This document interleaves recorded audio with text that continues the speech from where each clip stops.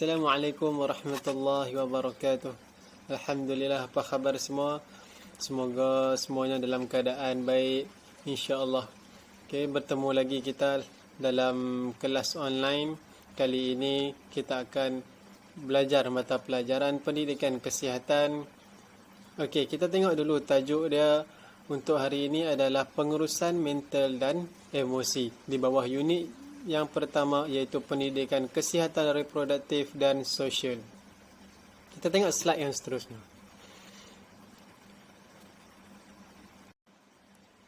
Sebelum kita mulakan pembelajaran kita untuk hari ini, kita tengok dulu apakah standard pembelajaran bagi topik ini. Yang pertama adalah menyatakan pelbagai situasi konflik dan stres. Yang kedua adalah murid seharusnya boleh menjelaskan cara mengurus konflik dan stres. Konflik ialah perselisihan atau pertentangan pendapat dalam membuat keputusan. Stres pula bermaksud keadaan fizikal atau mental yang tidak stabil dan menyebabkan perubahan pada sistem tubuh badan. Okey, di sini cikgu ada sertakan salah satu contoh situasi konflik dan situasi stres. Okey. Kita tengok pada kotak yang paling bawah sekali tu. Okey, cikgu akan bacakan untuk kamu. Selamat pagi, Cikgu Albert. Saya mempunyai masalah dan ingin meminta pandangan cikgu. Saya keliru dan runsing. Ibu bapa saya menyuruh saya untuk memilih subjek pertukangan, tetapi saya lebih berminat untuk menjadi chef. Saya lebih cenderung untuk memasuki kelas kemahiran memasak. Rakan-rakan yang lain semua sudah membuat pilihan, hanya tinggal saya yang masih dalam dilema. Saya berasa stres akibat konflik ini. Okey, jadi konflik dan stres ini dia saling rapat. Okey, saling berhubungan, saling berkaitan. Okey, konflik yang berlaku akan menyebabkan kita berlakunya stres ke atas diri seseorang tu. Okey, contohnya dalam situasi yang cikgu bacakan tadi. Okey, seorang murid itu dia mempunyai konflik, iaitu dalam memilih aliran subjek untuknya di sekolah. Okey, sama ada dia nak pilih subjek pertukangan ataupun dia nak pilih subjek masakan. Okey. Jadi dalam situasi ni, ibu bapa dia meminta dia untuk lebih mendorong dia untuk memasuki kelas pertukangan, tetapi diri dia sendiri lebih meminati bidang masakan. Jadi timbul konflik di situ. Kita ulang balik, kita tengok balik maksud konflik tadi apa dah? Perselisihan atau pertentangan pendapat. Okey, maksudnya berselisih pendapat. Ibu bapa dia inginkan dia masuk aliran pertukangan, dia pula lebih meminati bidang masakan.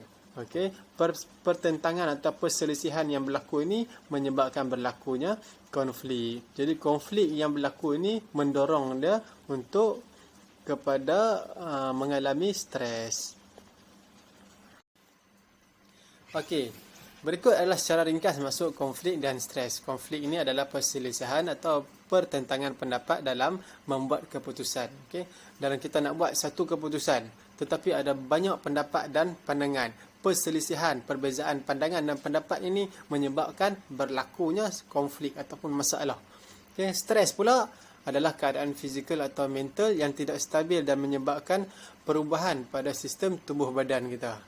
Maksudnya stres ni fizikal, maksudnya tubuh badan kita, ataupun mental, yakni akal kita berlaku keadaan tidak stabil.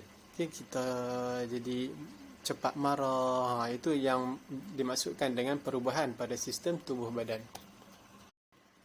Okay, berikut di sebelah ini adalah contoh-contoh faktor konflik dan stres. Okay, kita tengok ada 4 situasi di situ.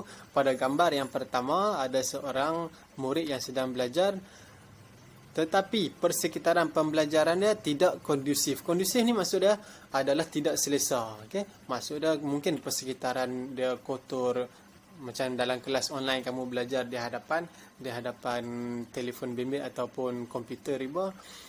Tetapi persekitaran kamu mengganggu kamu. Contoh dia kamu belajar di tepi reban ayam ke, atau bunyi ayam tu mengganggu kamu, ataupun kamu berada di tempat yang kotor, menyebabkan bau-bau yang dapat mengganggu konsentrasi ataupun fokus kamu ketika kamu nak belajar.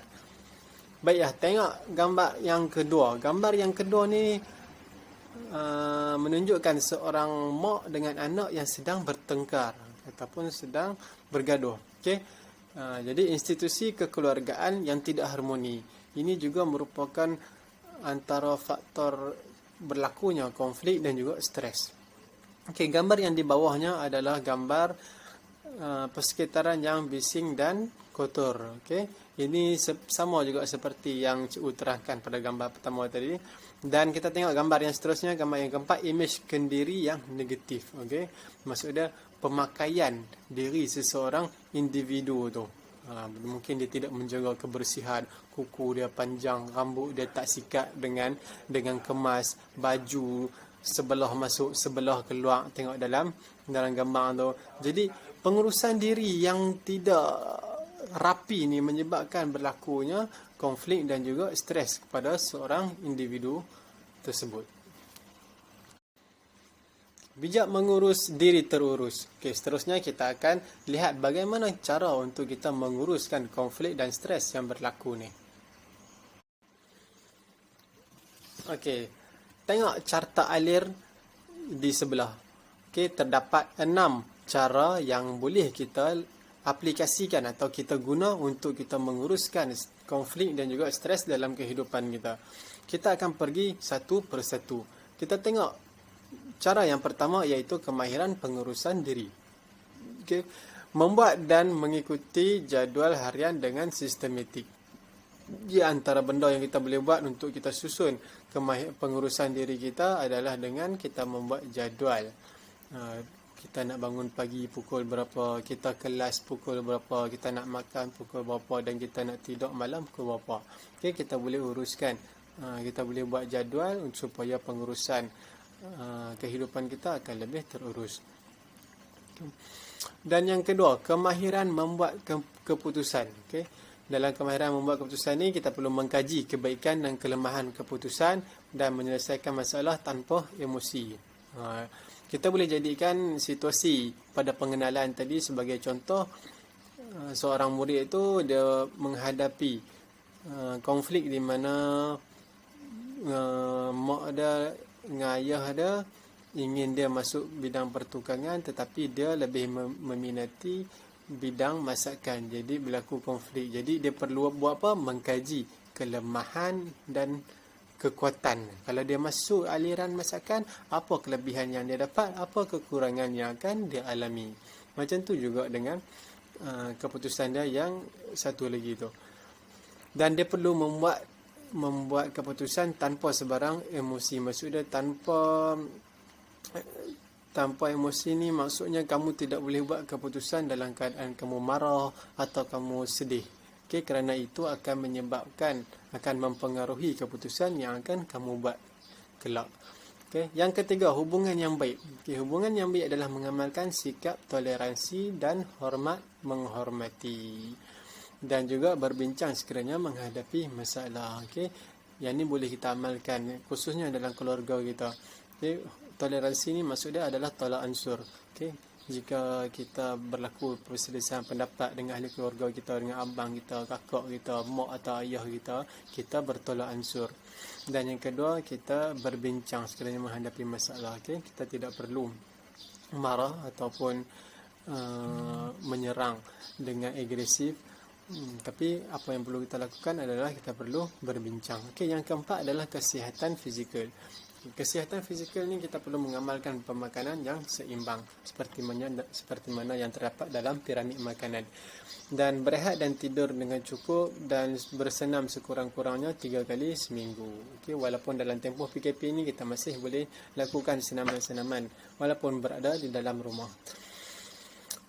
Yang kelima adalah pegangan hidup. Okey, ini adalah penting, iaitu mengikuti ajaran agama. Apa yang penting kerana agama ini menetapkan objektif atau matlamat kehidupan seseorang manusia tersebut.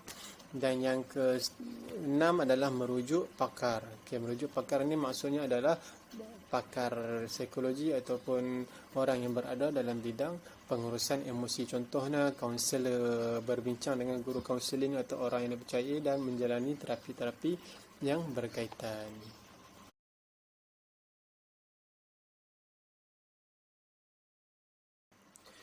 Seterusnya, murid-murid boleh rujuk modul yang telah disediakan oleh cikgu. Boleh lihat pada muka surat 16.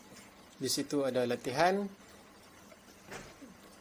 Arahannya adalah tandakan A bagi punca konflik dalam keluarga dan B bagi punca stres dalam keluarga. Baiklah. Ada 18 ayat di situ. Tugas kamu adalah baca setiap ayat dan kenal pasti ayat itu merujuk kepada punca berlakunya konflik atau ia merujuk kepada punca berlakunya stres dalam keluarga. Maksudnya antara dua kamu kena kenal pasti. Adakah dia cerita pasal punca berlakunya masalah ataupun konflik yang ataupun ia punca berlakunya stres dalam keluarga. Latihan seterusnya adalah pada muka surat 17. Arahannya adalah berikan contoh konflik dan stres dalam keluarga. Okey. Peta buih yang di atas adalah menunjukkan contoh konflik dalam keluarga dan peta buih yang di bawahnya adalah contoh stres dalam keluarga. Okey. Setiap satunya ada 5. Okey. Baiklah, cikgu bagi contoh jawapan. Contoh konflik dalam keluarga antaranya ialah tidak dapat menerima ahli keluarga yang baru ataupun perbezaan umur adik-beradik. Okey, perbezaan umur. Tuan abang kita sekolah menengah dengan adik kita yang tadi kau. Perbezaan umur ni menyebabkan berlakunya konflik dalam keluarga. Okey, untuk jawapan yang lain kamu boleh cari dalam internet ataupun bertanya kepada ibu dan ayah kamu, atau jika tidak faham juga kamu boleh bertanya kepada cikgu.